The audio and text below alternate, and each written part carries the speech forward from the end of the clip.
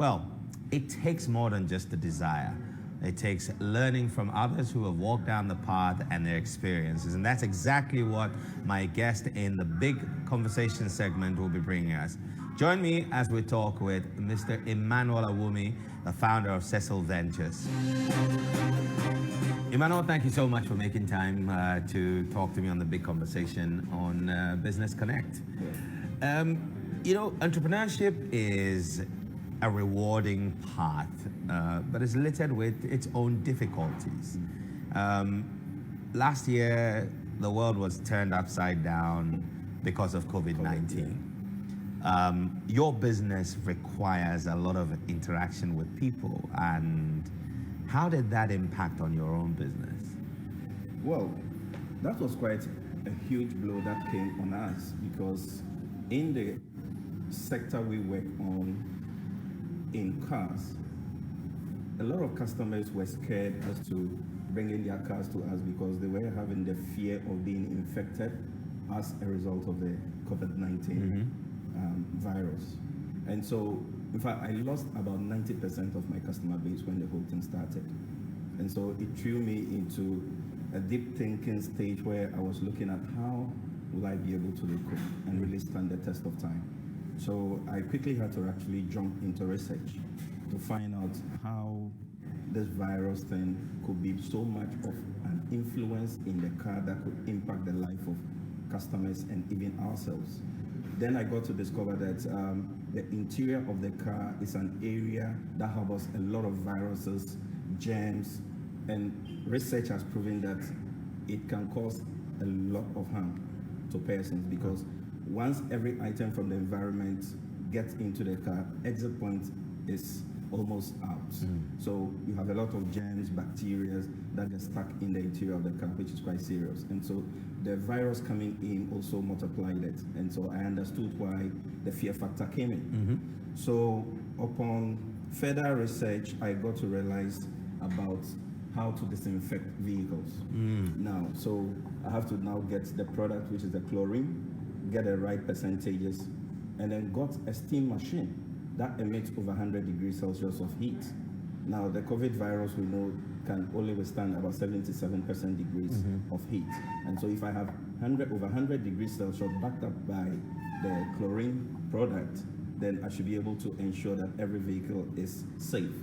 So the measures we put across was to ensure that every vehicle that comes to our premises to be worked on is disinfected first before every service starts. Now, at the peak of it, in fact, it was so scary. So we have to even move to the stage of using PPEs, wearing our full PPEs full to clean cars. To clean cars. Wow. We have to wear the helmet, the screen cover, get in the gloves. I mean, when you come to our end, it was like you've come to the hospital. It was quite so interesting. However, it did the trick. Now, when some few customers who come around began to realize that we seem to be so much aware of this pandemic thing, and we've taken measures to try to ensure their safety, in a pace of a month, I was able to recover about 70 to 80% of my customer base back. Wow. Yes, because what we do is, as you bring in the car, we disinfect before we work. After we finish working on the car, we disinfect again with another equipment that before you hand it over. Before we hand over. So that brought a sense of relief and confidence back into our clients to want to use our services. One thing you said was that you were hit, but you didn't think of quitting. Instead, you went into what you called deep thinking state, and you came up with, found stuff through research. What about you? I mean, resilience is one thing that everybody says an entrepreneur needs. How important was that resilience during that turnaround period? Now, without business, life is almost absent, because business is supposed to bring you the resources you need to be able to meet your needs in life. And so when you are hit with something that will possibly take your business away, you want to go the length of life. It's like a life and death situation. I can't lose my business. No. If I have to lose it, then I die with it.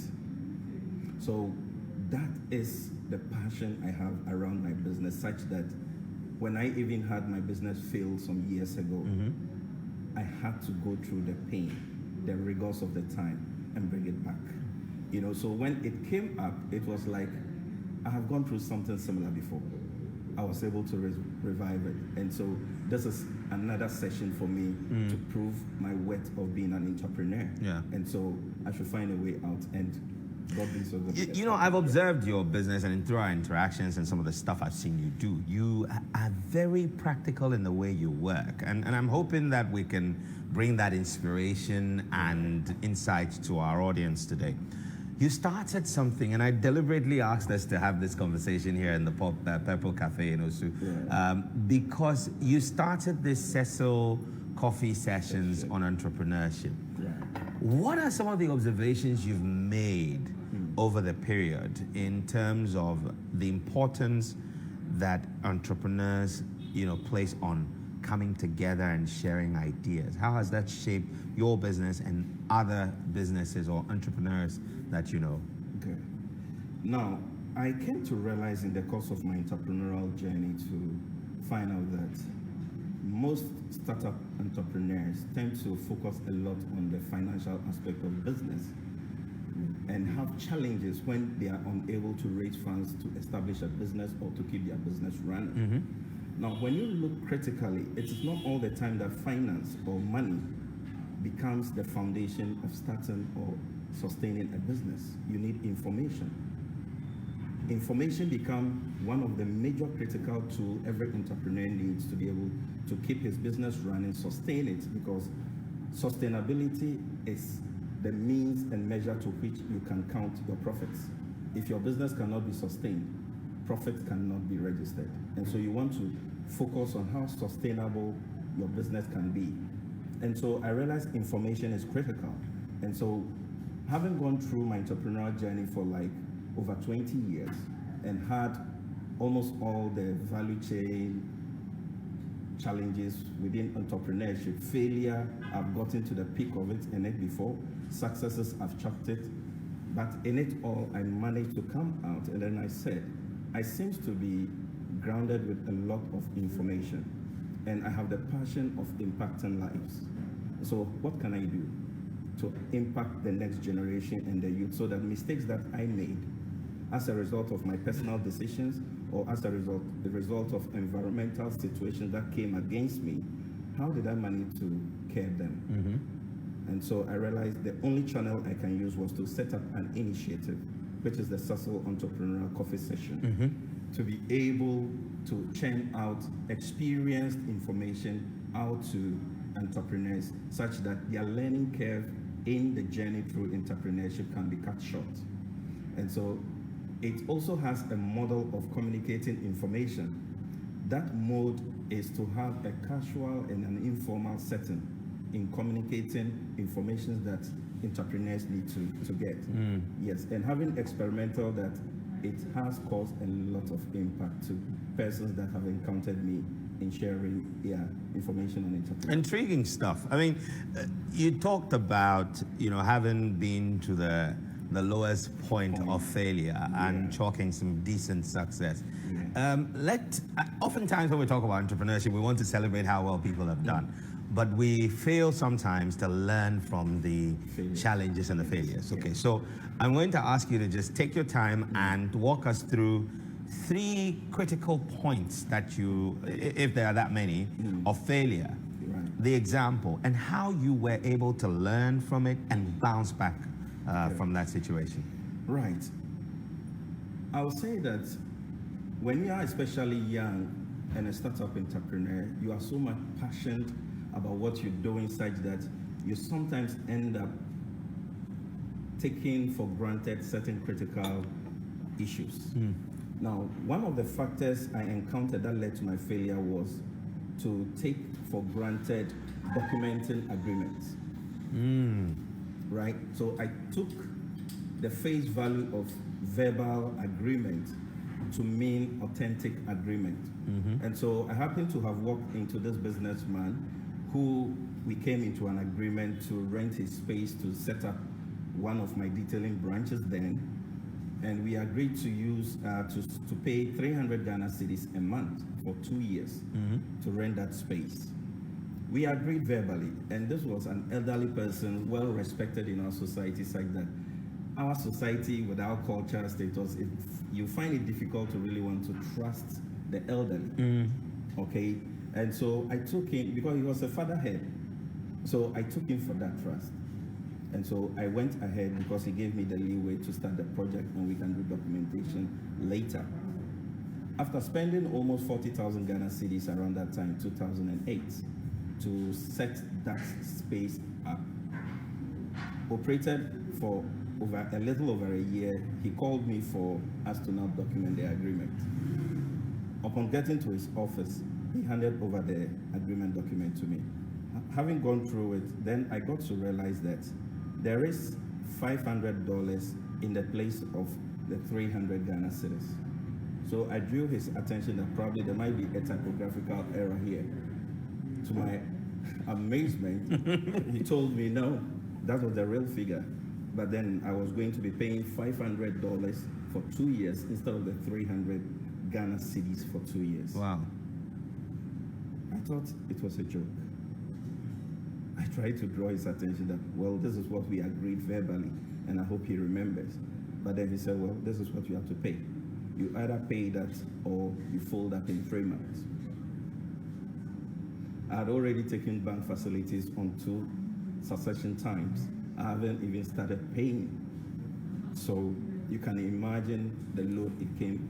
So the absence of you took business decisions on the face value of word of mouth. Yes. And I think that in certain societies, I mean, your word could be your bond, but it's also important that you document these things. Exactly. You know, so how did you get around that? Good. So when it happened, in fact, eventually I had to fold up.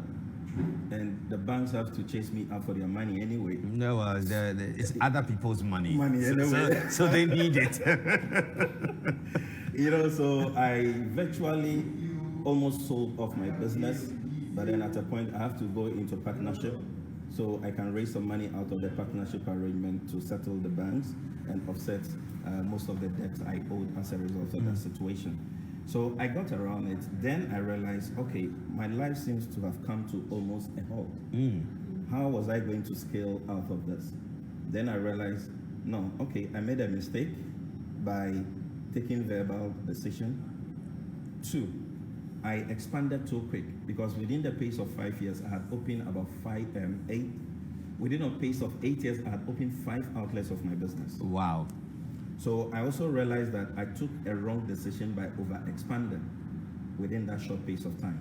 So if I had enough financial knowledge, financial management knowledge, I wouldn't have probably taken that decision. So I realized I lack enough education in business management. So I need to upgrade myself. So I enrolled at GIMPA. Okay. Yes. Now, what I did was to use proceeds of the partnership arrangement I had with this man to finance my education. So I took up. You didn't go and buy a brand new car quickly, Not at all. You invested in yourself. I invested in education, self-development. Okay. Because I realized that was the only way I could scale out. Should the business one not even come up, at least I can use my certificate to find a job and continue my life. You know, so education became a priority here. So I enrolled at GIMPA, did a program in marketing, came out with my BSc. So after I finished, I picked up the business again. I now went to South Africa for further training in car care. Okay. So I did not leave the core business. So I You just added layers of knowledge to what you already knew. Exactly. So my going to the university was just to pick up knowledge and come and add it to that, but not to necessarily get a certificate and look for a job. What's the third thing that you know hurdle that you had to overcome by way of learning? Good. The third thing I have to handle also was, it came as a result of a corporate organization, okay, that needed a revamp of one of its sectors. Approached me and wanted to partner me for us to rebrand that aspect of their department. And so that also came and hit me down because initially I didn't want to go into that agreement, but then they made me feel that they are a corporate organization, so I could trust them. So they were not going to go against their word. So we agreed for 5 years, so 2 years subject to renewal. The 5 years came, they brought a document, they made it 2 years subject to renewal to 5. Okay. But then there was something there. They also put in a clause indicating that each of us can decide to exit the agreement at will. It sounded good, but a very dangerous clause. And if you're an entrepreneur out there listening to me, watch those clauses in any agreement that you pick up. Now look at what happened. There was going to be a transfer of technology and transfer of knowledge here because they needed something from me. I didn't foresee that early as of the result of the passion, just wanting to partner. Was it just the passion or the numbers at the end? And also partnering a big brand was really going to add value to your brand. Right. So that joy made me trust them. After the 2 years lapsed, and they got what they want in terms of the technological knowledge and know-how to scale up. And they just kicked you. They sent me a letter saying that they were not going to renew the contract. I asked why. Because we were supposed to end it after 5. And then they activated that They clause. said, did you see this clause in there? Exactly. And educated as I am now, I couldn't talk. Yeah. You know, but fortunately, I managed my investment into that business, so I was able to cushion up. Though I'm still paying for some of the losses, but at least I have learned my lesson, and so taking up and moving on. Wonderful stuff. You know what? I really am enjoying this conversation, and I think that for our audience and for business people, practical examples like this are very invaluable. So we're going to take a short break. When we come back, we'll learn some more. For my guest, Mr. Emmanuel Awumi, he is the founder of Cecil Ventures. I mean, these guys do some car detailing that is presidential. And we're talking about his journey as an entrepreneur, the lessons that he's learned from it, and hopefully you can draw some inspiration and some insights from that as you embark on your own entrepreneurial journey. So stay with us. This is still Business Connect. I'm Nhyira Addo, and I'm back with some more after this break.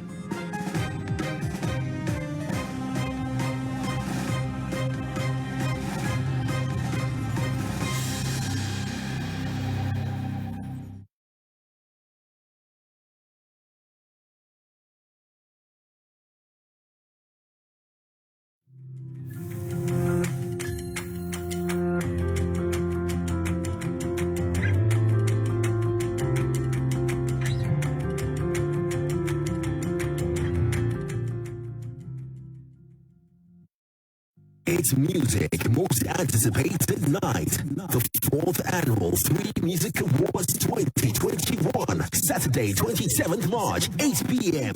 live on Joy Prime TV, Addo TV, and the new 3 Music channel, and also live on Facebook and YouTube. Performing live, Kitty, Medical, Joey B, Chris Waddle, Jackie, Dead People, Kwaku Flick, Yao Talk, Kofi Jamar, Miss V, Jalene, LaRusso, Dinah Hamilton, Afe Grace, Kobe Sam, and many exciting performances. 3 Music Awards 2021 is presented by 3 Music and Joy Entertainment and powered by Boomplay, HD Plus. 3 Music Awards 2021 HD Experience Partner, Masco Electronics, TuneCore, support from Volta Hotel Akosumbo, Accounts IT, Grand Arena, Graphic Showbiz, Pulse GH.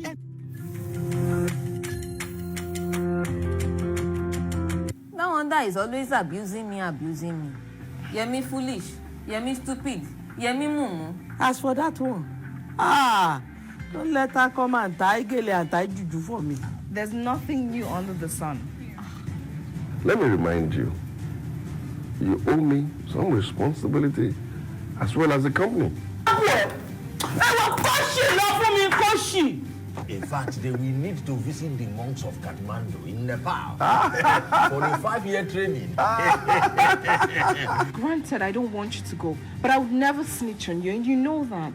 I mean, Mom, which one you are look me? You are look me like a good one. Meltdown. High blood Shows pressure. Stop Tuesdays to Shut up, Fridays. in your mouth before I use my backhand to send you on top of your bed.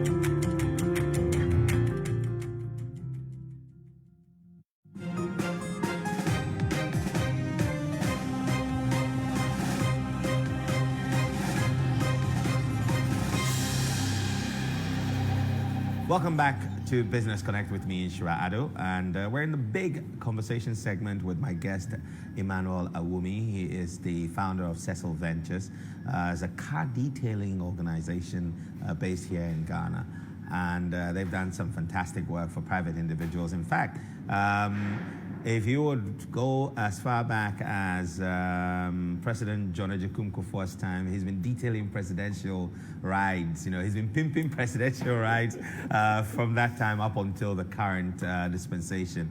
But the lessons from his own journey as an entrepreneur is what we're focusing on right now. And you talked about something very important. You know, you made some mistakes. Yeah. You learned from it. More importantly, you took some of the proceeds from your business and invested it in your own personal development. Yeah. Is it something that should happen in every entrepreneur's life? And should it be because you have hit a hurdle, or should that be a part of your long-term plan? I got to realize after my graduation from GIMPA to know that every entrepreneur along the line of business, and at a point, if you have a vision, direction, and a career development plan ahead of you, you should be self-upgrading yourself with knowledge. Not necessarily picking up courses directly from the university, but you can pick up skill programs. Programs that will inure into your development and growth in terms of a person and in terms of your business. So for instance, having taken that program from GIMPA, I did not stop there. Now, I have the passion, and then as part of my career development plan, to go into consultancy in car care, as well as human capital development. Okay. So I decided to pick up a diploma program in transport and logistics instead of going to do my master's in marketing, because I found myself in an industry that I am developing. So what will masters in marketing do to me? But then a diploma in transport and logistics is going to add on to the knowledge base for me to become a consultant in that space. Okay, so you want to look at your career development plan and then find out things that relate to your business. Pick up courses, programs, whether from the university, from any institution. Once it will give you knowledge, because knowledge is the key, not necessarily the certificate. So once you have that knowledge, you are able to stand the test of time should challenges come, because you are vested with enough knowledge to know how to manipulate and maneuver yourself through the challenges. Yeah. That is why earlier on I was saying that sometimes we need information, not capital. Yeah. So knowledge is critical in all of this. I mean, we're living in the fourth industrial revolution, and data and knowledge is critical to scaling up. You clearly demonstrated that, you know, when you get stuck, you can get unstuck by looking the problem squarely in its eyes and determining how to get out of it. Invested in yourself. You've invested in the business. You have a clear plan. How should one go about determining that career development plan? Because, and I asked this lastly because a lot of entrepreneurs become entrepreneurs because one, they came out of school, couldn't find a job, so they ended up, you know, sometimes entrepreneurship is happenstance for other people. And for some people, that's what they choose to do. Between those two, how do you ensure that you have a plan that you can then follow over the period. Good. Now, every product comes from an industry. So, be you an entrepreneur born to be an entrepreneur, or you chanced into entrepreneurship, whatever product you happen to have chanced in, if you chanced into entrepreneurship, belongs to an industry. So once you realize and you pick that product that belongs to industry, you want to research into that industry, about the values of that product, about the importance of that product, about the use and the do's and don'ts of that product. So for instance, we have here this grass. If I decide to want to market this grass, I know it belongs to the horticulture sector. Okay. So I want to do research into plants, have enough knowledge about plants, what plants could do to people. And you will be surprised to get to realize the number on the level of information That you can pick up just because. pick up just out of plants. So knowledge is critical. It's critical, and it can make you build a whole industry out of plants. And so, for instance, I took up a regular car wash business in Ghana. I scaled it into detailing that meets international standard. How did I do that? Out of information. Okay, so there is no product that is too small as an entrepreneur if you are ready to pick up knowledge, information, and you can turn that product around to become a whole big industry. Yes, information. And there are a lot of information on every single product you can find. But because we focus on the monetary aspect of products, we tend to overlook the aspect of developing the product into an industry. Okay. That is where the limit is. Okay. Now, you've talked about how important it is to have knowledge. Knowledge is not an inborn thing. It's external. Yeah. So you have to acquire it, right? Sure. But anything you do springs out of you. Yes. How important is, how do you ensure that there's some fire burning inside of you? How do you keep going? Because that nobody teaches, right? Yes. So this is where you look at it and see, why are you doing business and why do you want to even go into business? Because at a point in time in life, nobody will feed you. You need to feed yourself. You need to put that food on the table in the house. What will bring that food? It will take the business you run. So you always see your business as a life and death something. Because when you lose your business, you are losing your income. How do you survive? So you don't take your business for granted. You want to put out everything. So that drives the passion in you. Because if you are losing your livelihood, you can imagine how it feels like. And so the passion needs to be innate as a result of the vision you have and what you want to achieve and acquire in life. And so that keeps me going daily, never leaving me behind. Okay. Yes. That's interesting. So you must have that resilience deep down inside of you. But you said something important. You must remember why. In fact, it's not just remembering, but you must have a why you're doing the business in the first place. Yes. And you must remember that why so that it keeps you going when you come across hurdles. So talk to me as a young entrepreneur in one of your coffee sessions. I have an idea I want to explore. What are the first 3 things that I ought to do apart from researching the subject area or the particular industry that I am in? Okay. I want you to critically take a look at some 5 cardinal principles that I enumerated even in my recent written book, Against the Odds. Now, you want to look at the quality of products you want to market or service you want to provide. It must be qualified, quality. Quality will ensure sustainability. Okay. So you want to look at the quality of product and the quality of service you are delivering. Now, you want to look at who are the reasons why you are producing that quality product. It's the customer. So you want to ensure you are providing those customers with an excellent customer service. That will cause a retention of customers to continually buy that product. Then you can be looking at sustainability of your product. Then you can be counting your profits. Right. So we've talked about quality product. We've talked about excellent customer service. You want to talk about branding. Okay. Sometimes customers buy brands and not even the products.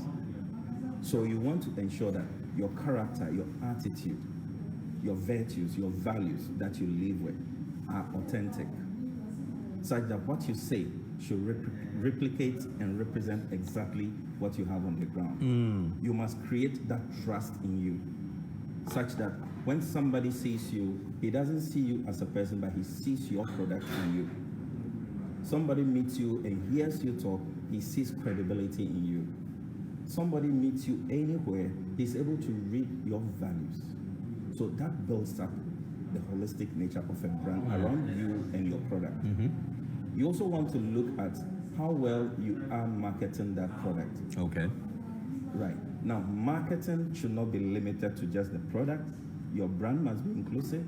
Everything surrounding you must be well marketed wherever you go, such that when you pitch your product, it can be well accepted.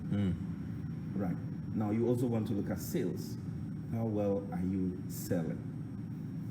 All right. So these are some critical things I want to tell you to put under your fist and work with. Now, I will not stop by telling you that be vested and strongly stable and know that challenges are part of the journey. And so you want to equip yourself with the tools of solving problems, but not fighting and challenging them, because they will come. Yeah. So one of the tools is you want to take up this design thinking model of solving problems. So when you go through those stages, which we have as a moment when you are empathizing with the situation as it comes, accept it when it comes anyway. Don't want to fight problems when they come. Whether it's your fault or not, just accept the fact that there's a problem. And get on with fixing it. And get on fixing it. You know? Because the amount of energy you would spend really, agonizing over why there's a problem and blaming people, you could use that same energy to get on with the fixing. To get on with fixing, you understand? So it gets to that stage, then you want to go to the next stage of seeing how to resolve the problem. So ideation stage, you are trying to pick up various ideas that you can put together to bring a solution to that problem. Okay, so you go through that stage and then you winding it through, eventually you define the problem. So you must now reduce the huge problem into a particular issue that you want to deal with now. So you clearly define that problem. So after you define that problem, now you want to put up a plan of how to execute that problem. So you're looking at the prototyping, right? So after you're done with that plan setup, then you put it to test. So once you start running the business, you are observing and putting the corrections and fine-tuning it. And that's collecting information. Information, data. Sure. Again, knowledge. Knowledge. So once it works, it becomes a model for you to run your business. Wow, that's some awesome stuff. Well, we're just about running out of time on this conversation. I really enjoyed it so far, but I just want to get your thoughts on a couple of things. I mean, it said entrepreneurship is not for everyone. You've ventured into the space of entrepreneurship. After 2 decades, you're still going. You've failed, you've bounced back. You never once decided that, nah, this is not for me, let me get rid of it. What questions did you answer in order to be able to give yourself a chance to keep going? Because if it's not for everybody, there might be people who truly shouldn't be doing it. And they may have to ask some questions and have a frank conversation with themselves. What were the questions that you asked yourself? The question I asked was, if I give up, what next?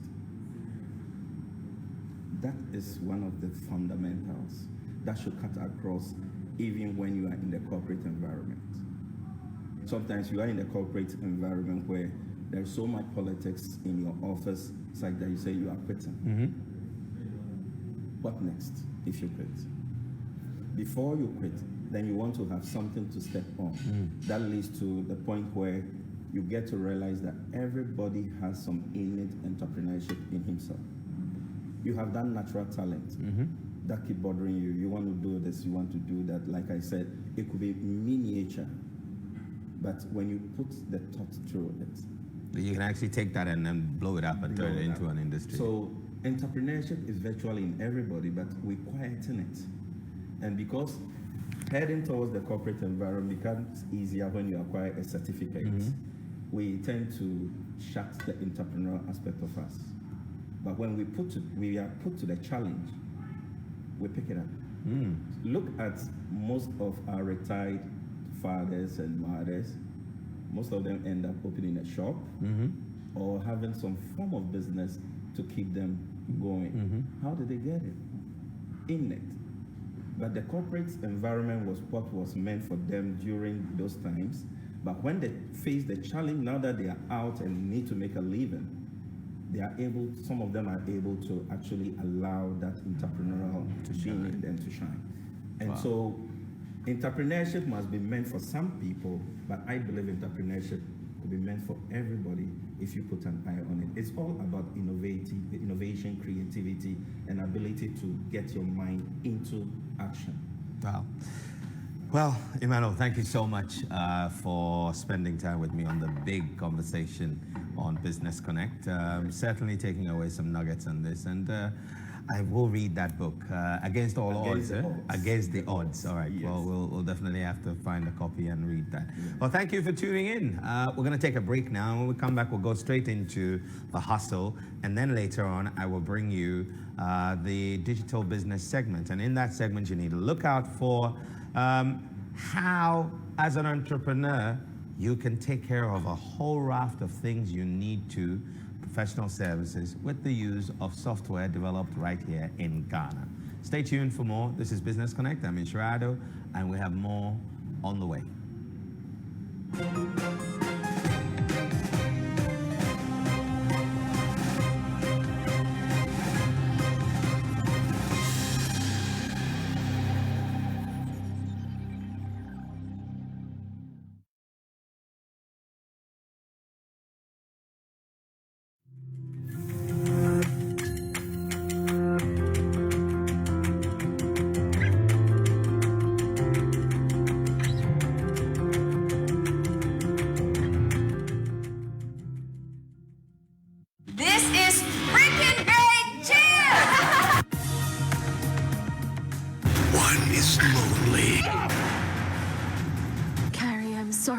If this had not happened, you would still be with your family right now. Agatha ever finds out about her other sisters, I know she will hate me even more. You are a worthless mother! Who are you, Carrie?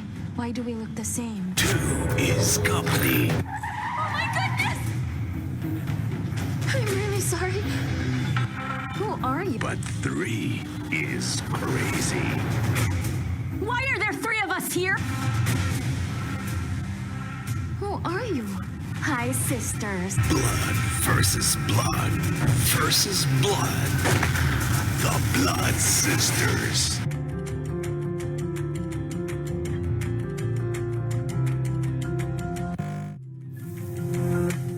This week on Love Will Never Lie. We can't let our past affect our present and future. We just can't do that. Mine and Molly's child. Anj. Anj?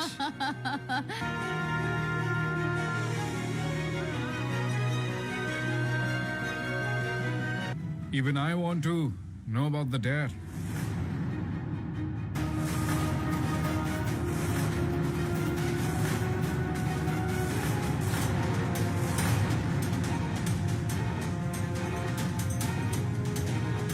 You're paying guest, right? Then stay as one. Oh my God! Anj, this... Love Will Never Lie. Shows Monday to Friday at 6 p.m.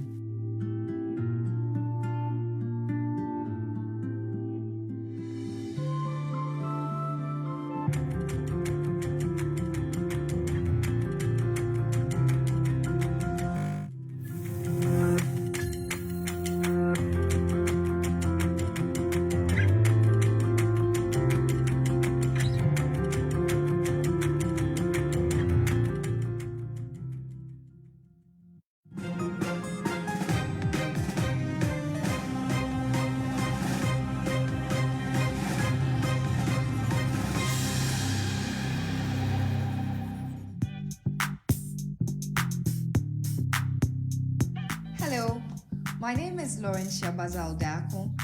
I'm a lawyer with 10 years experience at the Ghana Bar, and I'm a baby photographer. Welcome to my happy place.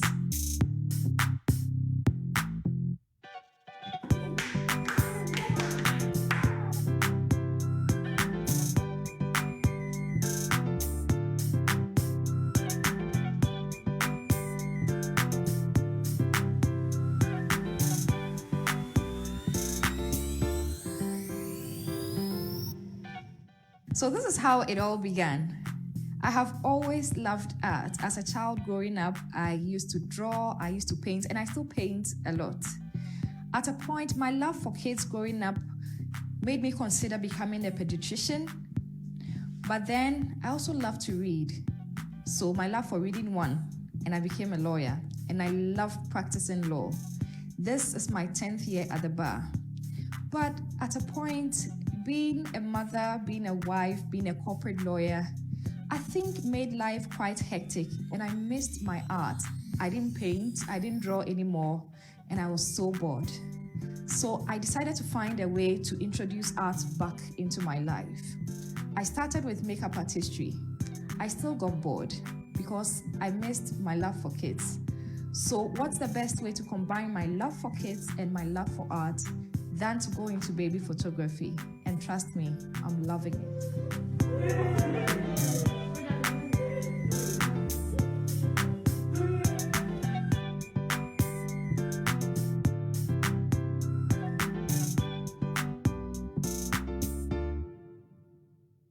So today, I present to you Bazal Art Studios. Sometimes it overwhelms me.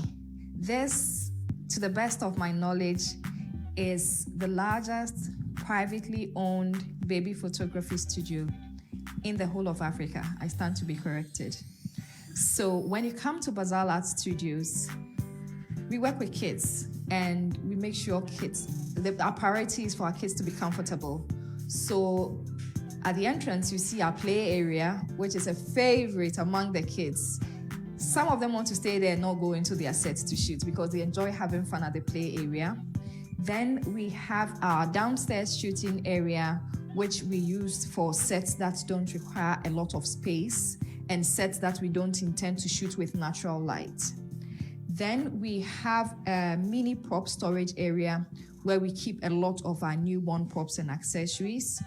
And then we have our upstairs studios. Our upstairs studios is very huge with a lot of natural light, and that's where we do a lot of our sessions that require the use of natural light. I am a natural light shooter because of the kind of imagery it gives me. So I made sure to incorporate a huge natural light space upstairs.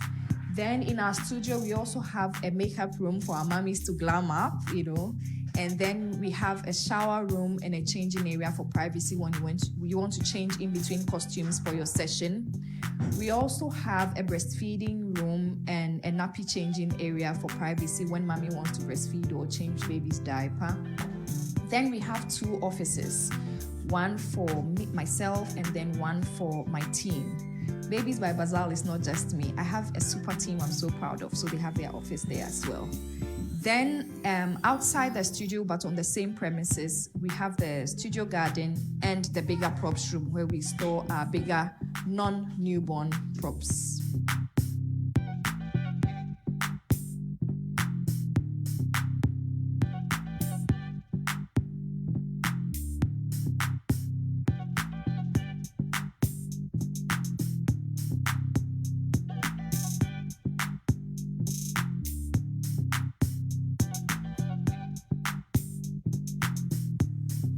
I enjoy my life as a lawyer, trust me. I worked for several years as a full-time legal practitioner in a telco. But trust me, there's nothing like doing what makes your soul happy. I started Babies by Bazal and I haven't looked back. If there's anything that you love doing, which may not necessarily be the career path you have taken, assess your options, work towards it. You can build it as a side gig, a hobby. I started Babies by Bazaar as a hobby. I was doing it only on weekends and then going to my 9 to 5 from Monday to Friday. But now I do law once or twice a week, and the rest of the week I spend in my studio with my babies. It works out perfectly. If there's something that you love doing, it might be worlds apart from the career you are in, but if you love it, please pursue it. There's nothing like doing more of what you love. I wake up smiling and it gives me inner joy. And so please, if there's something you love doing, it can be baking, it can be painting, it can be whatever, just go for it.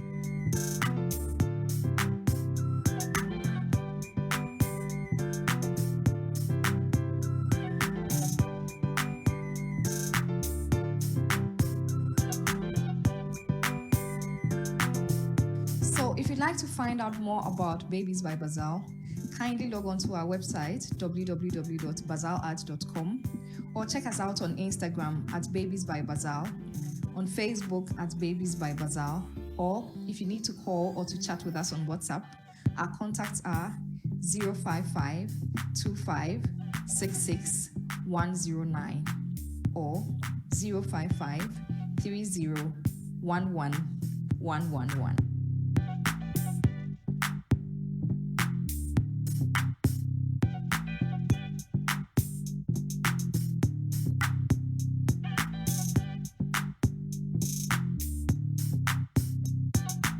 My name is Laurentia Basil Darko, and this is my hustle.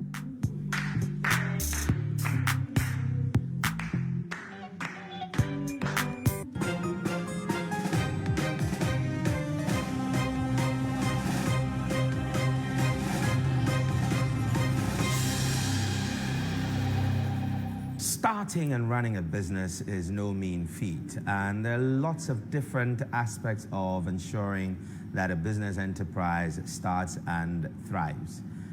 Some of which involve statutory requirements, keeping your books, managing your inventory, your sales, and everything in between that. In the last 1 year, many businesses have sprung up largely because of the coronavirus pandemic that struck and disrupted the way we do things. But have you ever thought about how those businesses can thrive? You may be watching us today and you've started one such business. And this conversation is definitely one to look out for, because you're about to be exposed to the world of Kedeba. Kedeba means spider in the Nzima language. And I'm bringing you insights into exactly what this particular spider can do for your business. Deborah, thanks so much for making time. Thank you. Tell us about Kedeba and why this is so important for small to medium-sized enterprises. So Kedeba is what you would call an enterprise resource planning. People know enterprise resource planning to be like a big software that... Yeah, I mean, that's what I'm thinking right now. But really, it's not. Small and medium enterprises can also use an ERP, in short. It has modules that include sales and inventory, finance, project management, HR, payroll, assets, basically a lot of things. So you're looking at the complete suite that you need for any operations or business to run. That's what an ERP would do. Okay. We started off as a startup ourselves. So you start off and you will need software to run. So we identified a need. There are a lot of softwares in the industry, but they're either too expensive, they are too rigid, so you would have to work for the software instead of the software working for you. Or they are in single modules, so you'd end up having too many applications that you have to use to run your business. Meanwhile, I can just have one dashboard that speaks to everything I need. And we're a technology company. We thought, why don't we create something that works not just for us, but work for all SMEs in Ghana, in Africa, and you could also export it. So that's how the journey began. Okay. That's interesting stuff. You know, so you built something out of your own need, but more importantly, that it fixes problems for other businesses. Can you share with us, I mean, so I have a small business. I sell clothes, and people would buy. I also buy, I have suppliers, I have my stock. How would Kedeba help me streamline my sales operations, for example? let me start off by saying that when we identified our need, we had to do research on what the market problem also was. Then we came with a problem statement. So let's start with the problem statement of a small company. You sell stuff. Usually when you start off, you just want to sell, get your money, you do your payments, and you move. But it's all about the paper. Yes. That's all you're thinking about. And you always think you have it covered in terms of your record keeping. Because you probably have an Excel sheet or a notebook that you're writing down the names of the people buying the stuff, or an Excel sheet recording the cost. But you don't really do the extreme computation of how much I'm buying, how much I'm selling, how much is going out of stock, how much is available and I need to replenish, how many people are owing me, how much sales did I do last month as compared to this month? Is it that a particular product is dropping or a particular product is doing better? Do I need to increase the stock of that one? You don't think about all this. You start off also thinking it's a one-man show.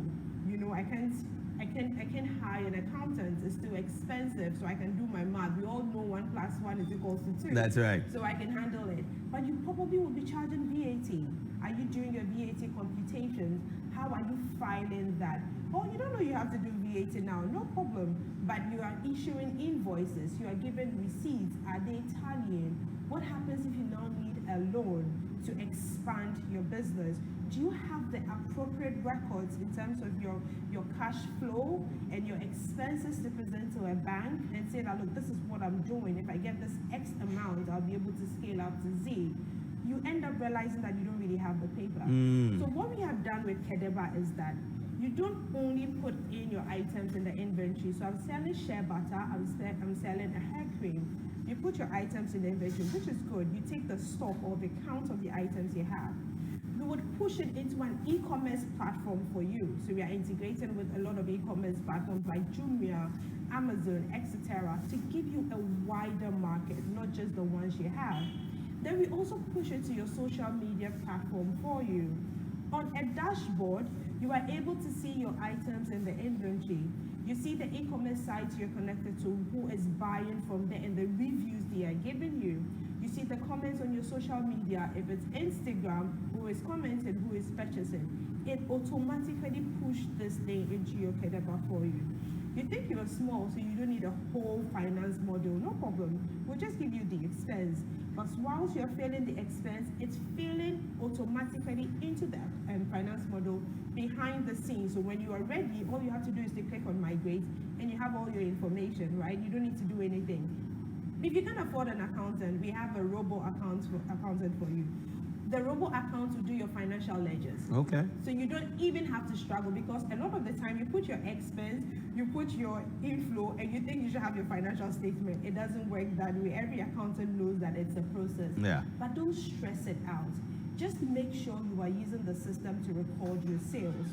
You are using the system to record your inventory. When the dashboard tells you you're going out of stock, replenish. When it tells you that someone has given you a review, click on it, go to your social media page, address it. Let us do the back end stuff for you. Get your records up to date. Anytime you're ready to scale up, or you need an investment from the bank or even from an individual, you have the records of the system to show forth and grow your business. Wow. So it's safe to say that Kedeba is the spider, which is one entity, but has several different arms that can go into ensuring that you're running your sales and inventory, right? Your finance, your HR, project management, and all of these things. It is its name. Wonderful. Well, thank you so much for exposing us to Kedeba, and it's software made here in Ghana by Ghanaian business for Ghanaian businesses and beyond. And if you're looking at ensuring that your entrepreneurial journey as a business person or as an enterprise is smooth, you probably would want to take a look at Kedeba and help scale up your business.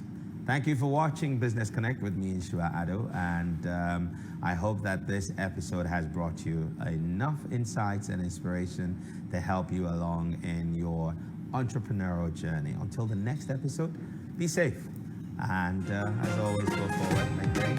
Shalom.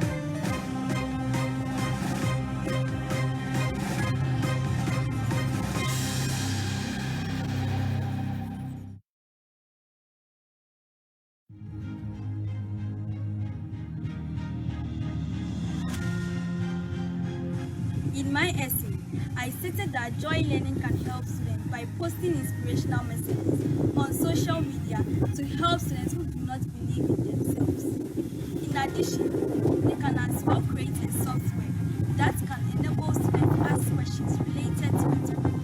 This can help, especially students who get discouraged when trying to ask questions in class. To conclude, joy learning has proven to be the best and number one educational platform any student will ever rely on.